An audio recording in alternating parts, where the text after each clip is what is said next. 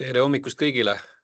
Mina olen Mihkel Torim ja minu kõrval on Meelis Paakspuu, meie grupi finantsjuht ja alustame siis LHV grupi finantsplaani ja prognoosi perioodil 2026 kuni 2030 tutvustusega. Nii, alustame paari sõnaga ärikeskkonnast ja kuidas me näeme selle kujunemist lähimatel aastatel. Mis siin öelda, et eks viimased aastad Eestis on olnud pigem keerulised. Majanduskasv on olnud pigem negatiivne, inflatsioon on püsinud kõrge ja ütleme nii, et on mõnda aega juba oodatud, et äkki ta nüüd taastub ja äkki nüüd see struktuurne majanduskasv taas leidub. Praegu, kui me vaatame, mida analüütikud prognoosivad, siis lootust on, et alates sellest aastast tegelikult taastub vähe püsivam kasvuperiood, inflatsioonisurve eeldatavasti alaneb ja meil on ka mitmeid maksumuudatusi. Esiteks on see, et veel kord loodame, et maksude osas tekib stabiilsus laiemalt ja ka mõned kergendused, mis võiksid siis kokkuvõttes kasvu muuta püsivamaks. Töötleva tööstuse osas oodatakse samuti aktiivsuse suurenemist ja mis on natuke ka sõltuv sellest, et meie lähiriikides majanduskasv võiks samuti paraneda. Nii et lühidalt peos oleme optimistlikud, et peale mitut aastat keskkonna vindumist tegelikult me jõuame perioodi, kus on inflatsioon madalam ja kasv ikkagi kõrgem ja mitte ainult 9 aastaks, vaid ikkagi mitmeks aastaks ette. Geopoliitika loomulikult mõjutab meid pidevalt ja nende riskidega lihtsalt peame paratamatult ära harjuma, et siin on tõesti nii, et kogu aeg võib midagi uut juhtuda, aga eks siis vastavalt olukorral jällegi korrigeerime ootusi, aga kuna see on juba piisavalt kaua kestnud, siis ma arvan, et Eesti vundament on piisavalt tugev, kasvuvundament. Nagu ka mainisin, et siis siit edasi, kui me mõtleme selle peale, et kus me olime 2023 aastal, inflatsioon tarbijahindades on tulnud allapoole, siiski ka läbi 2025. aasta on vahepeal natuke kõrgem olnud. 2026 võiks ta jõuda sinna 3,2% juurde ja sealt edasi pikem prognoos on meil 2,5% juures, mis on pigem mõistlik tase. Ja samuti töötuse tasemel pigem on oodata taas nüüd väikest langust ja stabiliseerumist ja palgakasv samuti võiks muutuda stabiilsemaks või palgakasvu ootused lähtuvalt ka sellest, et inflatsioonisurve natukene alaneb. Meie teine koduturg, Ühendkuningriigid, 2023 oli pigem keeruline aasta, 2024 oli üks vaiksema kasvu aasta, siit edasi 2025 kuni 2030 on ootused pigem stabiilsemaks majanduskasvuks ja kuna meie äri on päris palju seotud laenutegevusega, just seotud kinnisvaraga ja samuti kaubandusega, siis seal on pigem hästi ja sellest lähtuvalt me näeme ka, et meie jaoks sealne majanduskeskkond pigem soosib ka laenutegevuse kasvu. Ja võiks oodata elavnemist nii eratarbimise poole peal just läbi ka intressimäärade väikse languse, mis on aset leidnud ja leiabki edaspidi. Ja inflatsiooni osas samuti, et on olnud suhteliselt kõrge varasematel perioodidel, aga võiks alaneda kuskile sinna 2% juurde. Ja veel kord, et ka geopoliitika osas samamoodi, et lõpuks kõik mõjutab kõiki ja neid riske tuleb lihtsalt pidevalt jälgida ja neid siis arvesse võtta. Aga veel kord, et hetkel on meil nii Eesti kui UK osas pigem ootused ja lootused, et keskkond võiks stabiliseeruda. Nii, ja lähme edasi meie oma strateegilise vaate juurde järgmisteks aastateks. Võtame veel lühidalt kokku 2025 aasta LHV grupis, et jah, tõepoolest oma finantsplaani me päris ei suutnud teha. Kokkuvõttes teenisime kasumit 117 miljonit eurot, tulusid grupi peale oli 305 ja laenuportfell jõudis peaaegu 5,5 miljardi euro juurde. Ja kui nüüd vaadata, panna siis Ühendkuningriikide ja Eesti Panga panused kokku, siis tegelikult see oli mahukasv 20%, milles siis oli mõlemal pangal suhteliselt võrdne panus, mis näitab ka seda, et meie Ühendkuningriikide panga mahud on jõudnud juba arvestatavaks kogu grupi suhtes samuti. Et kui juba etteruttavalt mõelda, et jah, et me 2026 plaanime tegelikult Ühendkuningriikide laenumahtudega jõuda sinna miljardi juurde. Varahaldusel oli tubli aasta tootluse osas, et parim tootlus Eesti pensionifondidest, teisel-kolmanda samba fondidest ja kindlustusel oli samuti tegus aasta. Et kokkuvõttes, kui ma vaatan grupi tulemusi, vaatan meie kulutulu suhet, siis kulutulu suhtes veel kord, et seal kaks asja, mis seespoolt tulevad välja, et üks on see, et Eesti pank on võrdlemisi efektiivne, oleme olnud suhteliselt tugeva surve just netointressimarginaali osas, ootame selle paranemist ja Ühendkuningriikide panga osas mõtleme selle peale, et see kriitiline mass või see mastaabi efekt, et me oleme eeldatavasti vaikselt sinna jõudmas, kus see hakkab ka tulemustele mõju avaldama, nii et grupi vaates ka kulutulu suhe järgmistel aastatel peaks oluliselt paranema. Võtame veel korra sammu tagasi, mõtleme, et kust me oleme viimase 5 aasta jooksul tulnud ja mõtleme korra selle peale ka, et millest me alustasime, see makromajanduslik vaade, et hoolimata suhteliselt keerulisest majanduskeskkonnast viimastel aastatel, et me oleme ärimahtusid märkimisväärselt kasvatanud ja seda nii hoiuste kui ka laenude osas ja samuti ka natukene fondide mahu osas, mida meie varahaldus juhib. Et keskmine aastane kasvu tempo 20% ja laenukasvu Eestis on eelkõige vedanud just ettevõtete finantseerimine ja eluaseme laenud. Ja kus me olemegi jõudnud on see, et tänaseks LHV Banki osakaal grupi laenuportfellist on jõudnud 14%-ni, mis on siis sisuliselt viimase 3 aasta töö tulemus nullist. Ja samal noodil jätkates, et siin me näeme juba, mis on meie keskmine aastane kasumis olnud viimased 5 aastat ja siit edasi, et võib-olla kui korra jälle keskenduda sellele minevikule, et siis 2021-2022 oli kasum stabiilselt seal 60 miljoni juures, 2023 ja 2024 on olnud, ma arvan, kogu pangandussektoris suhteliselt erakorralised seoses just intressikeskkonnaga, mis on soosinud väga kiiret kasumi kasvu ja 2025 on ka meie jaoks olnud aasta, kus me oleme kohanenud uue keskkonnaga, uue intressikeskkonnaga ja lähtuvalt sellest, et enamus meie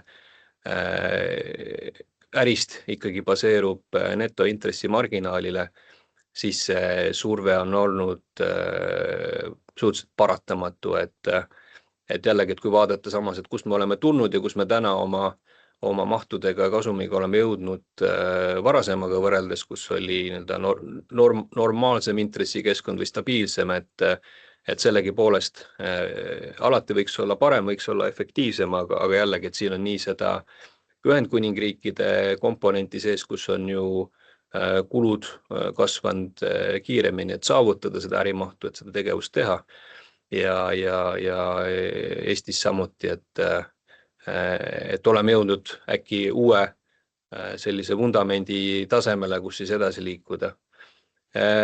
Eestis edasi. Eesti on loomulikult meie kõige suurem äri ja meie eesmärk on kasvatada seda efektiivselt, distsiplineeritult, aga jätkuvalt kasvada üle turu. Ja teistpidi, et nii nagu mainisin ka, et siis Ühendkuningriikide osa, et see hakkab ajas kasvama ja kui me vaatamegi nüüd seda finantsplaani, siis suuremat mõjud hakkabki tegelikult avaldama 2027 ja sealt edasi. Aga see ei tähenda, et Eesti panga kasumlikkus ja kasum ei kasvaks, et vastupidi, et pigem tegeleme sellega, et tegevust tõustada ja luua olukorda, kus meie jooksvad kulud ei peaks tõusma olukorras ka, kus meie turuosa ja äri tegelikult Eestis kasvab.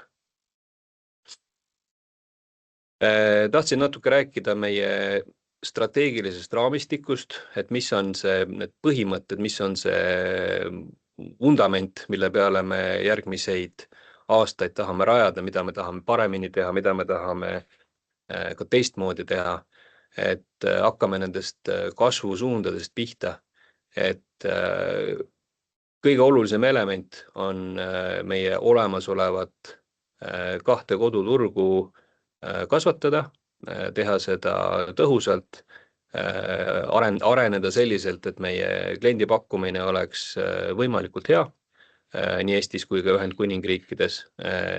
See on ka see vundament, mille peale me oleme oma finantsprognoosi rajanud, et nende eelduste täitmine ongi see, mis on sinna sisuliselt sisse kirjutatud.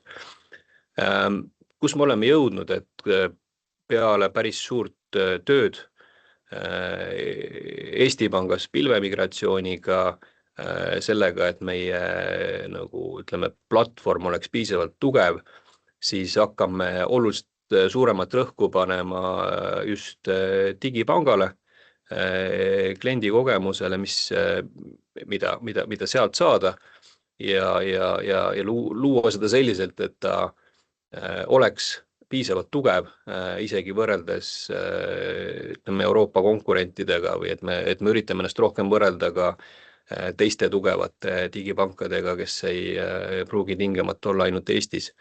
Ja sellele annab ka tuge asjaolu, et tegelikult me oleme Eestis võrdlemisi heas positsioonis, samal ajal me oleme Ühendkuningriikides sisuliselt nullist ehitamas jaepanka, õpime sealt väga palju ja ka sealne, tiimide vaheline koostöö loob taas kord uusi võimalusi, kuidas ka ise laiemalt mõelda, kuidas edasi liikuda ja kuidas aina paremat toodet teha mõlemale koduturule. Ja kolmas element sellest lähtuvalt, et kui me juba seda kõike teeme, siis tegeleme ka ideega, et kuidas me suudame ka Euroopas järgmiseid turge, just nimelt nagu jaepakkumisega, digipangaga läbi viia, et eeltöö käib ja veel kord, et eesmärk on teha seda mõistlikult, taktitundeliselt ja kasutada kõiki oskusi teadmisi ära, mis meil täna on, et liikuda väikeste sammudega, oluline on katsetada, oluline on aru saada, et mis nurga alt me turgudel läheneme ja võtame üks samm korraga, et kokkuvõttes ma arvan, meie eesmärk on jõuda sinna, et meil on ikkagi rohkemates riikides oma jaepakkumine, aga me seda nüüd kampaania korras ei tee. Ja pigem sihiks seda, et me jõuame sinna punkti järgmise aasta lõpupoole, kus meil võiks juba olla midagi püsti. Põhialused, mitte vähem oluline, ma arvan, et selle aasta üks võtmeteemasid. Et kui me räägime juhtimisest, siis meil on nõukogus muudatusi, lisandumist rahvusvahelist kompetentsi näol, mis annab ka paremat perspektiivi sellele, et kuidas me neid 2 panka praegu juhime, kuidas me võiksid edasi liikuda riskijuhtimise vaates selgemat ja paremat sellist grupiülest koordinatsiooni, süsteemsust, mis on kriitiline. Tehnoloogia on kõige olulisem komponent, kui me mõtleme just sellele digipanga arengule, nii et seda kompetentsi, seda meeskonda soovime edasi arendada, soovime, nagu varem kui öeldud, seda koostööd nii Ühendkuningriikide kui ka Eesti tiimide vahel kasvatada ja mitte vähem oluline ka nende kõrval, et andmestrateegia oleme komplekteerinud ka meile eraldi tiimi olemasolevatest tublidest inimestest, kelle roll ongi tagada see, et see, kuidas meil andmed liiguvad, kuidas me neid raporteerime, ükskõik mis vaates, kas endale juhtimisotsuste tegemiseks või ka regulaatorile, et see on modernne, seda on võimalik maksimaalselt hästi ära kasutada. Nii et jah, meil on andme- ja tehisintellekti meeskond tänaseks kokku pandud. Ja miks me seda kõike teeme, on ju kokkuvõttes selleks, et meie finantsprognoosi esiteks täita, et meil tekib tõesti see tõhus vundament, mille pealt me suudame ka kiiremini oma ärisid kasvatada efektiivselt ja samal ajal oma riske võimalikult hästi hallata ja mõelda ka selle peale, et kuidas me 2030 ei ole kokkuvõttes väga kaugel, et kuidas me suudame jõuda sinna punkti, et meil on ka kasvupotentsiaali edasi sealt, et me ei jääks ainult selle peale mõtlema, et mis võimalused meil siin turul on, et hea võrdlus, et meil on Eestis kohe 500 000 jaeklienti täis, Ühendkuningriikides on 5000, nii et potentsiaali jagub. Ja siis vaatamegi seda võib-olla kahes perspektiivis, et see põhialuste tugevdamine, et me saamegi rohkem läbipaistvust, rohkem selgust, kuidas liikuda. Nagu mainisin juba, et nii riskijuhtimise kui andmehalduse upgrade imist, parandamist, et meil tekiks seal parem võimekus ja finantsplaani täitmine järjepidevalt ja distsiplineeritult. Et need on need nagu vundamendi elemendid, millest ka varem rääkisin. Ja siis tegelikult nagu juba varem võtsime kokku, et digikanalite arendamine on oluline selleks, et luua digipank ja pakkumine, millega nii Eesti kliente kui ka võib-olla järgmiste riikide kliente tulevikus teenindada. Nii, ja siis annan sõna Meelisele, kes räägib juba täpsemalt meie finants- ja tegevusplaanist. Nii, meie kõigepealt räägin natukene 2026. aasta finantsplaanist. Teisalt tahaks kohe välja öelda ka seda, et Mihkel suuresti rääkis selle ära, sest finantsplaan ei ole mitte midagi muud kui tegevusplaani numbriline väljendus, et seega kõik need tegevused, mis meil siin erinevates kohtades plaanis on, toovadki lõpuks selle tulemi, mis meil hetkel ekraanil. Aga numbrilises vaates ja fookuste mõttes on eelkõige tegeleme ärimahtude kasvatamisega, me tahame, et kliendid oleksid aktiivsed. Me näeme, et kogutulud kasvavad natukene paremini kui kulupool, aga suuresti tuleb see ikkagi netointressitulust ja teenus ja komisjoni tasudest.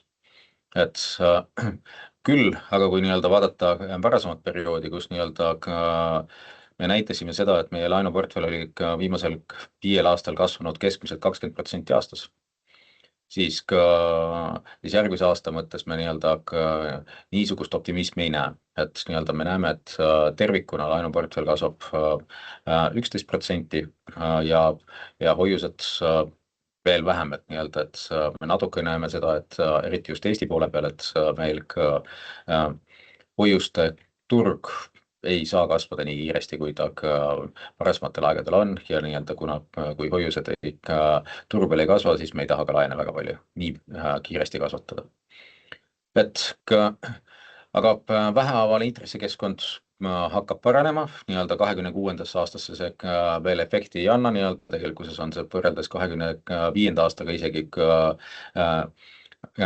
panga mõttes kehvem, sest 25. aasta alguse intressid olid kõrgemal ja nüüd oleme nii-öelda madalpunktis, et siis oluline pool on tegelikult see, et meie näeme, et meie kulutulu suhe läheb natukene paremaks ja teiselt poolt peame tõdema, et nii-öelda, et see kasv on sees, kasumlikkus veel ei järgmisel aastal või 26. aastal jääb natuke nõrgemaks, kui oli 25. aga sealt edasi on nii-öelda selge trend paremuse poolele. Aga selles kasumlikkust mõjutab väga oluliselt ka see, et kui vaadata 25. ja 26. aastat kõrvuti, siis ka tulude pool läheb selgelt paremaks, kulude pool kasvab vähem kui tulud, aga nii-öelda, mis on oluline erisus on allahindluste plokk. 25. aastal meil allahindlusi oli hästi vähe, nii-öelda 26. aasta kohta tavapärane ennustus, et selline konservatiivne vaade, nii-öelda, et näeme, et võiksime 15 miljonit krediidi allahindlusi teha.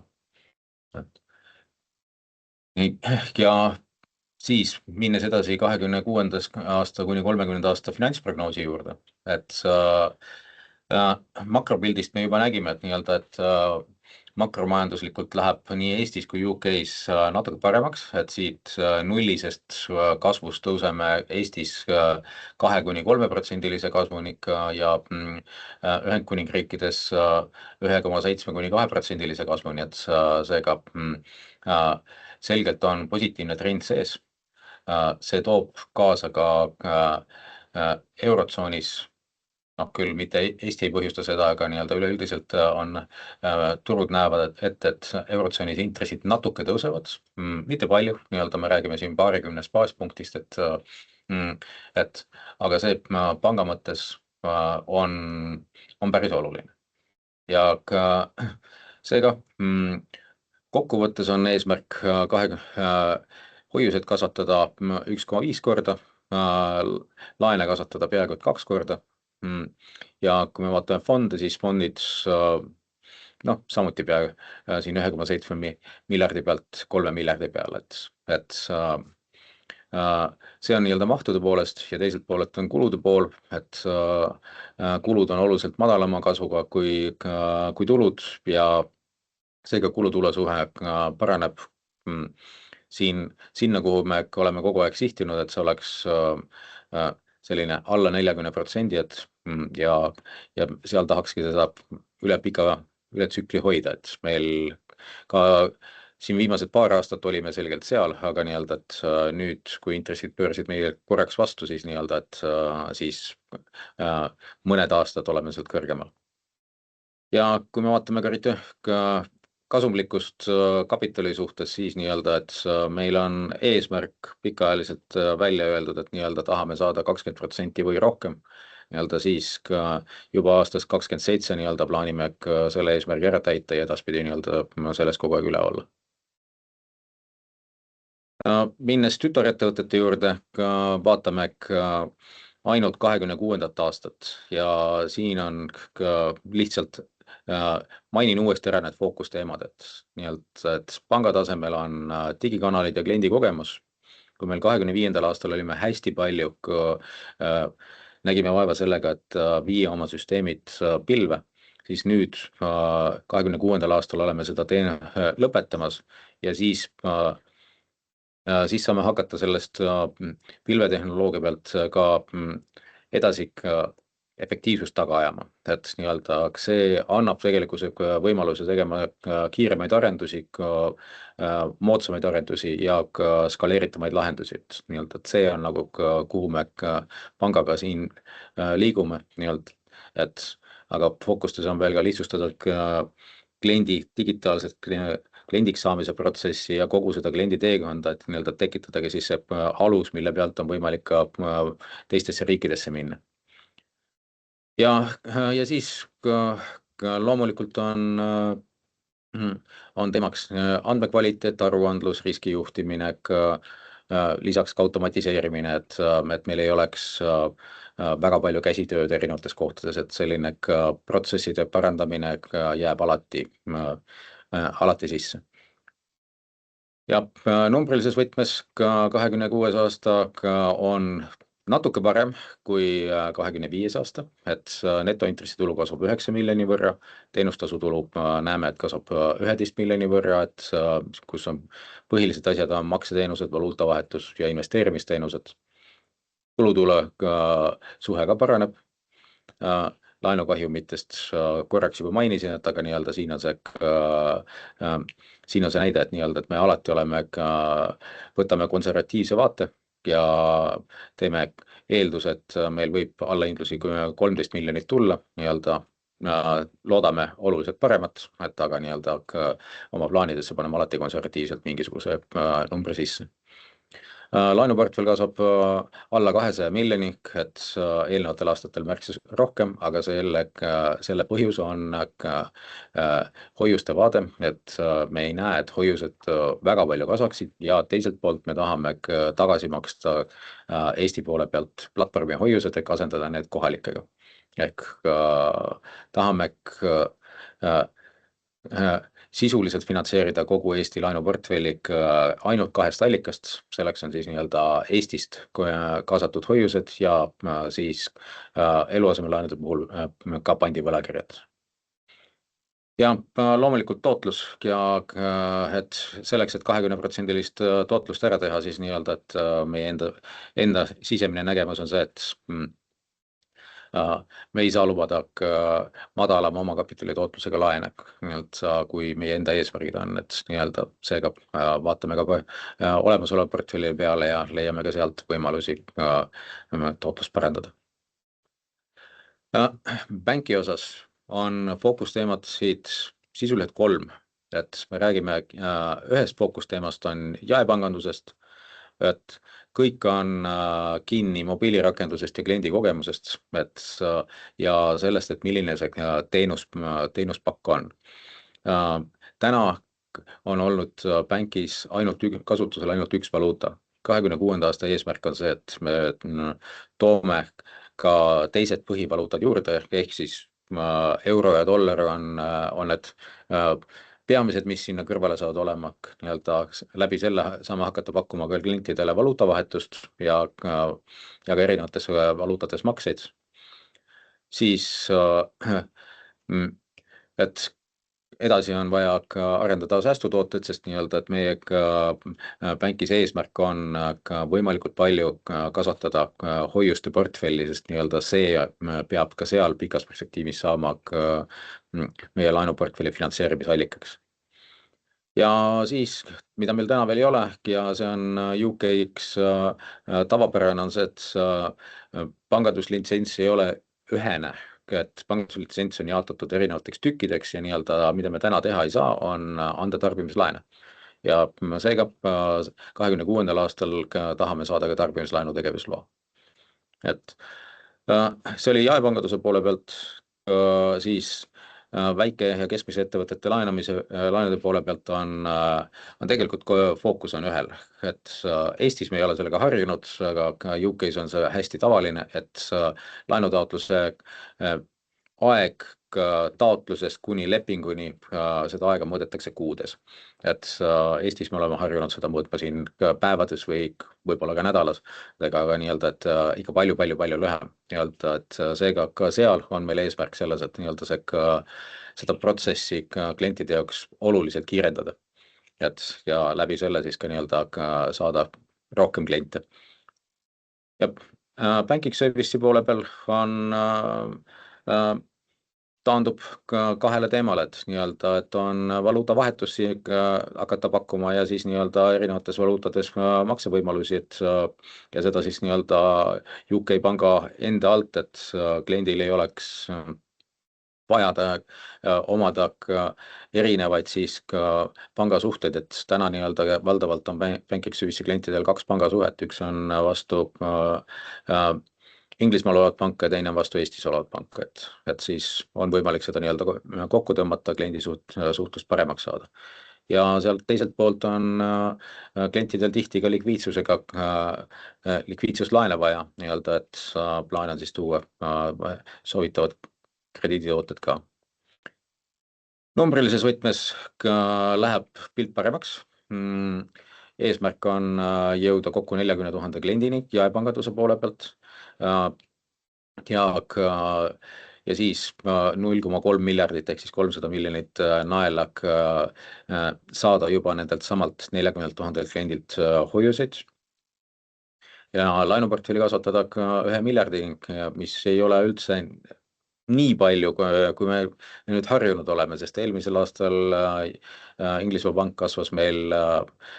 kasvatas laenuportfelli natuke üle 100%. Nüüd nii-öelda räägime ainult siin 37%. Aga kõik on kiinni selles, et baasmaht all kasvab, seega kasvuprotsent natuke väheneb, absoluutnumbris on need ikkagi väga suured kasvunumbrid ja teiselt poolt, kuna vana portfell tuleb ka tagasi, siis nii-öelda päris palju on selle vana portfelli hoidmisega tööd, et sellist tööd on tublisti nii-öelda kasvada on natukene keerulisem kui, et turu mõttes küll meil piiranguid ees ei ole. Ja eesmärk kasumlikkuse osas on nii-öelda, et teha põhimõtteliselt 2 korda rohkem kasumit kui 2025. aastal. Varahalduses peamine tegevus on väga edukal investeerimisel ja siis läbi selle on lootust, et nii-öelda meil kliendid saavad aru ja nii-öelda, et ei lahku nii-öelda teisest küljest on nii-öelda tegelema ka müügi poolega ja turundusega, et need klientidele lähemale jõuda ja need sõnumid ära anda läbi digitaalse kanali, mitte siis läbi kaubanduskeskuste, et nii-öelda see kaubanduskeskuste aeg meie jaoks on selja taga, ei taha enam, ei näe, et see nii-öelda tänasel ajal õige on. Inimestel on info võimalik igast allikast kätte saada, et seega kliente peab tooma ka meie enda digikanalid, ka telefonimüük ja samuti ka nii-öelda ka siis pangaga koostöö ehk grupisisene ristmüük. Kulud on kontrolli all ja kasumlikkus on suuresti kinni sellest, et nii-öelda, et kui palju tootlust me suudame klientidele pakkuda. Ja viimasena ka kindlustusest, et kindlustus on endiselt kasvuäri ja ka suuresti on ta ka funktsioon sellest, et kui palju kasvu suudame koos pangaga koostöös teha. Et võib-olla olulisem pooled on see, et me näeme, et kindlustusmakseid osa kasvab, aga nii-öelda teiselt poolt me lõpetame liikluskindlustuses edasikindlustuse poole. Ehk siis nii, et kui siiamaani andsime päris suure osa marginalist ära, sest me olime liiga väikesed ja ei saanud endale lubada suuremaid kahjusid sisse, siis nii-öelda täna liikluskindlustuses osas näeme, et me võime neid kahjusid enda juures ka hoida. Aga muidu turu mõttes näeme, et kahjusagedus jääb enam-vähem sarnaseks nii-öelda ja kogu ärimudel on selline, et kasvame ja natuke toome uusi tooteid, aga nii-öelda midagi väga drastiliselt 2026. aastal ei muutu. Ja sellega läheks edasi küsimuste-vastuste vooru. Aitäh, Mihkel ja Meelis. Tõepoolest mõned küsimused on meile tulnud. Alustame algusest. Esimene küsimus, mis on need uued turud, kuhu digipangaga plaanitakse laieneda? Me oleme selle tööga niimoodi pihta hakanud, et eesmärk oleks 2027 lõpuks, poole 4. kvartaliks panna lipp püsti, aga see protsess meil käib täna sedapidi, et me kaardistame võimalusi erinevatel turgudel, et eelkõige mõtleme praegu selle peale, et kui me Eestist selle sama digipanga platvormiga, mida me siin omajagu edasi arendame, et pigem vaatame lähemale, aga jah, et see valik on, me ei ole nagu lõplikku valikut teinud, meie jaoks on oluline see, et me saame selle nagu platvormi selliseks, et me suudame seda skaleerida, me suudame sellega liikuda ja üritame võimalikult palju ka õppida nendest kogemustest, mis me UK-st oleme saanud, et millised on need tooted, millised on täpselt see mudel, millega liikvele minna, sest et kokkuvõttes, kui ma mõtlen selle peale ka, et kus me oleme LHV-ga, et miks just nagu jaeturg ja miks just digipank on see, et kõigepealt nagu nii deposiitide pool kui ka teenustasude pool, et see on see, millega on kõige kasulikum tegelikult edasi liikuda ja siis selle peale saab juba mõelda, et kuidas järgmiseid tegevusi rajada. Aga jah, et lõplikku valikut ei ole tehtud ja veel kord, see võib-olla see mõtteviis on rohkem selline, et okei, et kui me teeme järgmise sammu, siis me peame seda pakkumist selliselt üles ehitama, et me saaksime ka veel edasi liikuda, et see ei ole niivõrd ühe turu põhine valik, aga just see meetod, et kuidas liikuda. Aga just, et ütleme nii, et oluline nagu alustada väiksemate sammudega, kui eksida, siis kiiresti teha parandusi, nii nagu, ja veel kord, nii nagu UK-s oli meil ka, et kui me jaepakkumisega alustasime, siis esimesed kampaaniad ei õnnestunud, sellest õpiti, mindi konkreetsemalt pakkuma just seda deposiidi toodet selgema sõnumiga ja see olukord kohe muutus, et just enamus meie, suur osa kliendi kasvust on tulnud aasta lõpust.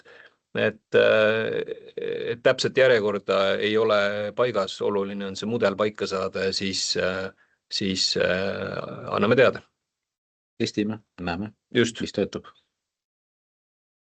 Kuna laenu kasv selgelt aeglustub, samal ajal on kapitaliseeritus väga kõrge.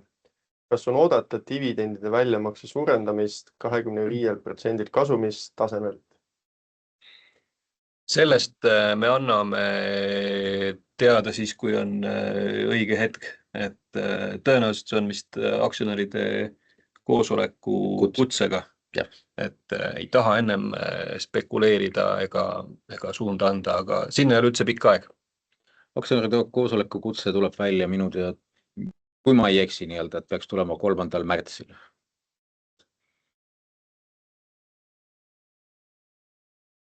Nii, aga hetkel rohkem küsimusi minuni, üks küsimus vist ikkagi siiski veel tuleb. Täpselt aasta tagasi prognoosisite 2026. aastaks 154 miljoni euro suurust puhaskasumit. Selgitage palun üle, mis on 12 kuuga niivõrd muutunud, et puhaskasumi prognoos nüüd 118 miljoni euro peale on vähenenud. Nii, jah, see tõepoolest nii-öelda, kui me eelmine aasta tagasi nii-öelda finantsplaani tegime, siis me nii-öelda nägime ja just intressimäärades ka olulist teistsugust kurvi, ja selle kurvi sisu oli selline, et meil intressid pidid käima 25. aasta keskel ka 1,5% tasemelt läbi ja siis hakkama tõusma. Et täna me oleme olukorras, kus nii-öelda intressid jäid teisel poole 2% ja see on selline margiline joon või märgiline joon, kus klientide käitumine hoiuse poole peal on väga-väga erinev. Et me näeme, lihtsalt see olukord on selline, et me nii-öelda, et nii palju odavat arvelduskontot kui eelmisel aastal me plaanisime, ei ole. Nii-öelda meil on oluliselt rohkem tähtelishoiusid ja teiselt poolt me näeme ka seda, et nii-öelda, et täna on pankade vaheline siis selline võistlus laenuklientide pärast või võitlus laenuklientide pärast suurem, et seega ka eluasemelaenude marginaalid on täna madalamad, kui nad olid aasta tagasi. Ehk suur osa tegelikkuses on ikkagi nii-öelda intressituludes kinni ja siis pankade omavahelises võitluses. Mil määral toetab tänane tehnoloogiline platvorm strateegilisi plaane, sealhulgas laienemist uutele turgudele? Millised arendused on kavas?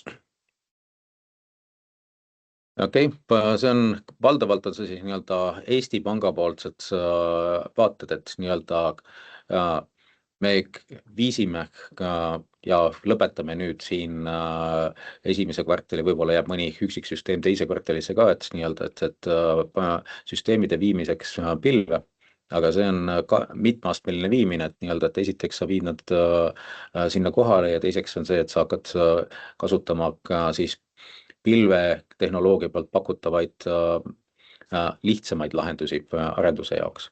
Aga mis peamine asi on see, et kui sa oled pilvetehnoloogial, siis nii-öelda sil ei teki enam probleeme sellega, et sul on süsteem piiratud mingisuguse konkreetse hulga serveritega ressursiga, et sa suudad juba ainuüksi lihtsustatult öeldes, et sa suudad seda sinna tehinguid juurde panna, sa oled suuteline sinna hästi kergesti riistvara juurde ja mälu juurde tekitama.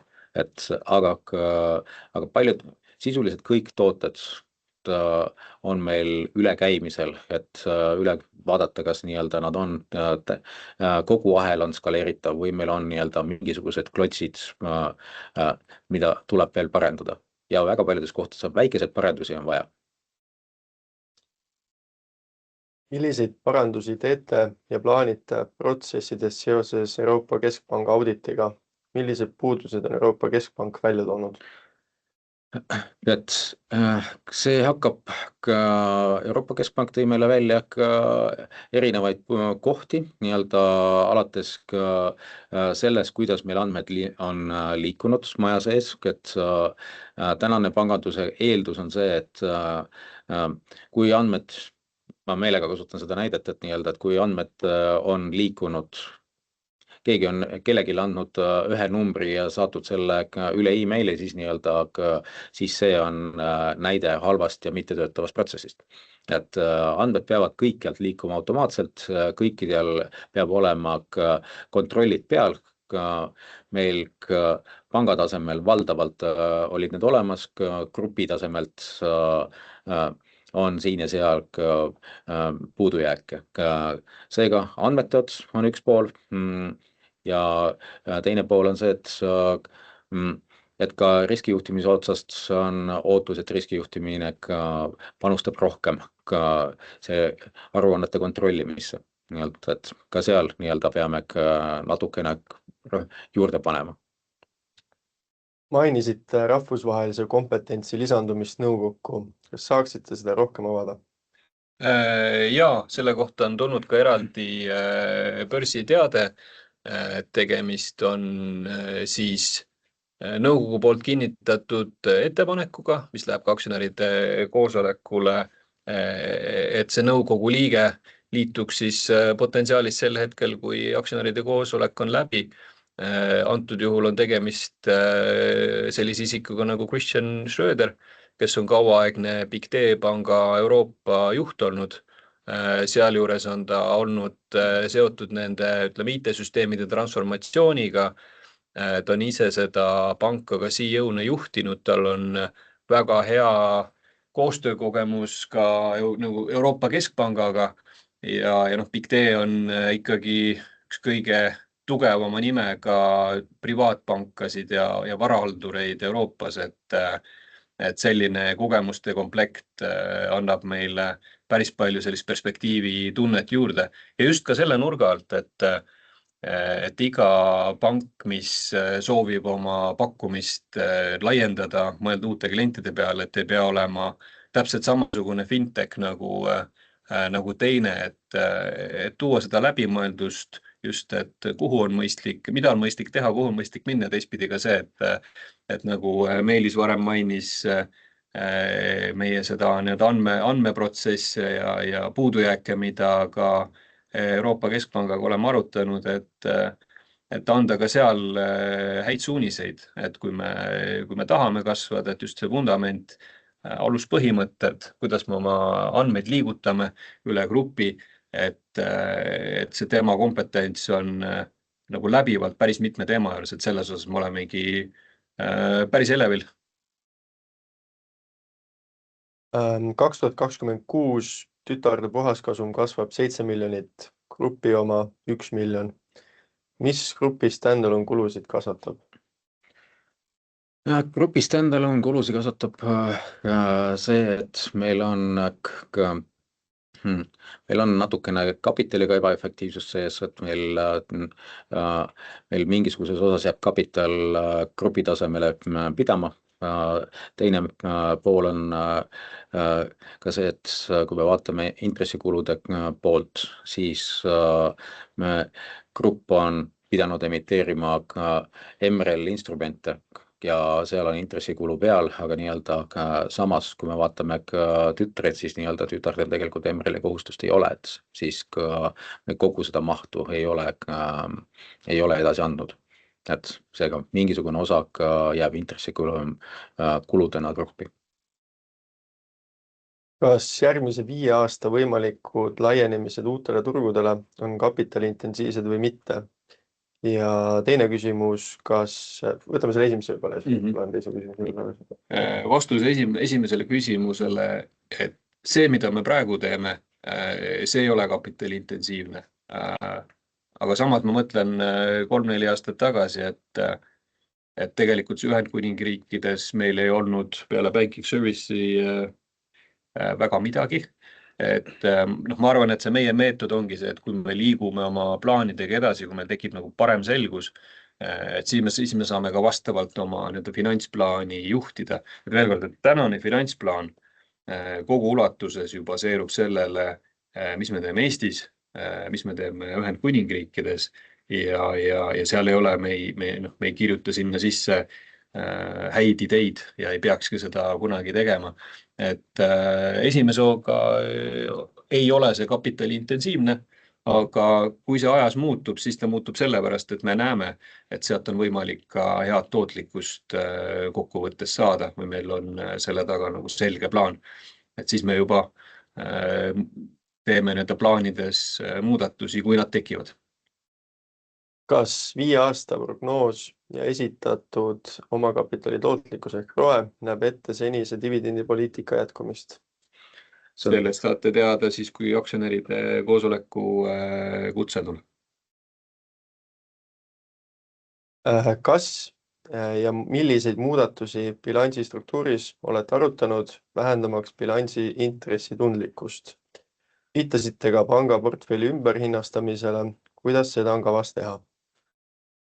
Hakkame bilansi struktuurist peale, et nii-öelda, et bilansi struktuur on asi, mida me põhimõtteliselt kord kuus vaatame peale ja mõtleme, kuidas seda paremaks saada ja nii-öelda tegelikkuses isegi treasury ja finantstiimi poole peal tihedamini. Et see, et me hoiame väga lihtsalt bilansi struktuuri, see on teadlik otsus olnud. Ja samuti ka on olnud suuresti teadlik otsus see, et me anname intressi mõttes välja ujuma intressiga laene ja samuti ka, kui me vaatame passiva poolt, siis nii-öelda, et üritame võimalikult lühikeste intressimääradega hakkama saada. Et see toob kaasa ühe väga selge struktuurse intressipositsiooni, ehk siis nii-öelda meil on arvelduskontod, mis ei käitu ujuva intressina, aga samas on nad oma olemuselt sellised lühiajalised, et kliendil on alati võimalik nad arvelduskontolt raha välja liigutada. Ehk selline struktuurne positsioon on sees, selline positsioon on põhimõtteliselt kõikidel Eesti pankadel sees, Eestis tegutsevatel pankadel sees.